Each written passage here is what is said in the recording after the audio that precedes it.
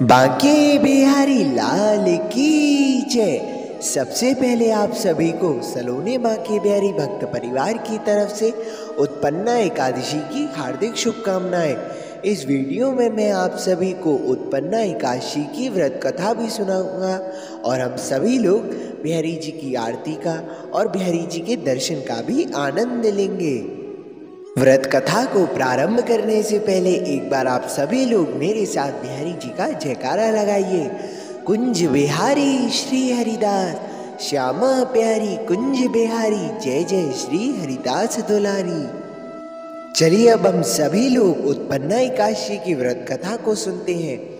धर्मराज युधिष्ठिर कहने लगे कि हे भगवान, मैंने कार्तिक शुक्ल एकादशी अर्थात प्रबोधन एकादशी का सविस्तार वर्णन सुना। अब आप कृपा करके मुझे मार्गशीर्ष माह के कृष्ण पक्ष की एकादशी के विषय में बताइए। इस एकादशी का क्या नाम है तथा इसका व्रत का क्या विधान है, इसकी विधि क्या है और इसका व्रत करने से किस फल की प्राप्ति होती है। कृपया ये सब मुझे विधान पूर्वक कहिए। भगवान श्री कृष्ण बोले, मार्गशीर्ष माह के कृष्ण पक्ष में आने वाली इस एकादशी को उत्पन्ना एकादशी कहा जाता है। यह व्रत शंकोदार तीर्थ में स्नान करके भगवान के दर्शन करने से जो फल प्राप्त होता है उसके बराबर पुण्य मिलता है। व्रत करने वाले भक्त को चोर, पाखंडी, परस्तिगामी, निंदक, मिथ्याभाषी तथा किसी भी प्रकार के पापी से बात नहीं करनी चाहिए। इसका महत्म्य मैं तुमसे कहता हूँ, ध्यानपूर्वक सुनो। युधिष्ठिर कहने लगे कि हे भगवान, आपने हजारों यज्ञ और लाख गौदान को भी एकादशी व्रत के बराबर नहीं बताया, सो यह सब तिथियों में उत्तम कैसे हुई, बताइए। भगवान कहने लगे कि हे युधिष्ठिर, सतयुग में मोर नाम का दैत्य उत्पन्न हुआ। वह बड़ा बलवान और भयानक था। उस प्रचंड दैत्य ने इंद्र, आदित्य, वसु, वायु, अग्नि आदि सभी देवताओं को पराजित करके भगा दिया। तब इंद्र सहित सभी देवता भयभीत होकर भगवान शिव से सारा वृतांत कहा और बोले, हे कैलाशपति, मोर दैत्य ने भयभीत होकर सभी देवता मृत्युलोक में फिर रहे हैं। तब भगवान शिव ने कहा कि हे देवताओं, तीनों लोक के स्वामी, भक्तों के दुख का नाश करने वाले भगवान विष्णु के शरण में जाओ, वे ही तुम्हारे दुख को दूर कर सकते हैं। शिवजी के ऐसे वचन को सुनकर सभी देवता क्षीर सागर में पहुंचे और भगवान को शयन करता देख हाथ जोड़कर उनकी स्तुति करने लगे कि हे देवता द्वारा स्तुति करने योग्य प्रभु, आपको बारंबार नमस्कार है। देवताओं की रक्षा करने वाले मधुसूदन, आपको नमस्कार है। आप हमारी रक्षा करें। दैत्यों से भयभीत होकर हम सभी आपकी शरण में आए हैं। आप इस संसार के कर्ता, माता पिता, उत्पत्ति, पालन करता और संहार करने वाले हैं।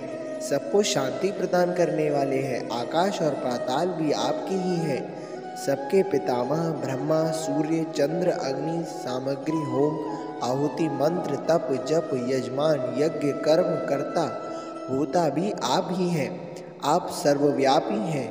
आप सिवा तीनों लोक में चर तथा अचर कुछ भी नहीं है। हे भगवान, दैत्यों से हमको जीतकर स्वर्ग से भ्रष्ट कर दिया है और हम सब देवता इधर उधर भागे फिर रहे हैं। आप उन दैत्यों से हमारी रक्षा करें। इंद्र के ऐसे वचनों को सुनकर भगवान विष्णु कहने लगे कि हे इंद्र, ऐसा मायावी दैत्य कौन है जिसने सभी देवताओं को जीत लिया है? उसका नाम क्या है, उसमें कितना बल है और किसके आश्रय में है तथा उसका स्थान कहाँ है, यह सब मुझसे कहो। भगवान के ऐसे वचनों को सुनकर इंद्र बोले, भगवान, प्राचीन समय में एक नाड़ीजंग नाम का राक्षस था। उसके महापराक्रमी और लोक विख्यात मुर नाम का एक पुत्र हुआ। उसकी चंद्रावती नाम की एक नगरी है। उसी ने सभी देवताओं को स्वर्ग से निकलवाकर वहाँ अधिकार जमा लिया है। उसने इंद्र, अग्नि, वरुण, यम, वायु, ईर्ष, चंद्रमा आदि सभी स्थान पर अधिकार कर लिया है। सूर्य बनकर स्वयं ही प्रकाश करता है और स्वयं ही मेघ बनकर बैठा है और सबसे अजय है। हे असुर निकंदन, उस दुष्ट को मारकर देवताओं को अजय बनाइए। यह वचन सुनकर भगवान कहने लगे, हे देवताओं, मैं शीघ्र ही उसका संहार करूँगा। तुम चंद्रावती नगरी जाओ। इस प्रकार कहकर भगवान सहित सभी देवता ने चंद्रावती नगरी की ओर प्रस्थान किया। उस समय जब दैत्य मुर सेना सहित युद्ध भूमि में गरज रहा था, उसकी भयानक गर्जना सुनकर सभी देवता भय के मारे चारों दिशाओं में भागने लगे। जब स्वयं भगवान रणभूमि में आए तो दैत्य उन पर भी अस्त्र शस्त्र लेकर दौड़े। भगवान ने उन्हें सर्प के समान अपने बाणों से भीद डाला। बहुत से दैत्य मारे गए, केवल मुर ही बचा रहा। वह अविचल भाव से भगवान के साथ युद्ध करता रहा। भगवान जो जो तीक्ष्ण बाण चलाते वह उसके लिए पुष्प सिद्ध होते। उसका शरीर छिन्न भिन्न हो गया, किंतु वह लगातार युद्ध करता रहा। दोनों के बीच मल्ल युद्ध भी हुआ। 10,000 वर्ष तक उनका युद्ध चलता रहा, किंतु मुर नहीं हारा। थककर भगवान बद्रिकाश्रम चले गए। माँ हेमवती नामक सुंदर गुफा थी, उसमें विश्राम करने के लिए भगवान उसके अंदर प्रवेश कर गए। यह गुफा 12 योजन लंबी थी और उसका एक ही द्वार था। भगवान विष्णु वहाँ योग निद्रा की गोद में सो गए। मुर भी पीछे पीछे आ गया और भगवान को सोया देखकर मारने को उद्यत हुआ। तभी भगवान के शरीर से उज्ज्वल कांतिमय रूप वाली देवी प्रकट हुई। देवी ने राक्षस मुर को ललकारा, युद्ध किया और उसकी तत्काल मौत के घाट उतार दिया। श्रीहरि जब योग निद्रा की गोद से उठे तो सब बातों को जानकर उस देवी से कहा कि आपका जन्म एकादशी के दिन हुआ है, अतः आप उत्पन्ना एकादशी के नाम से पूजित होंगी।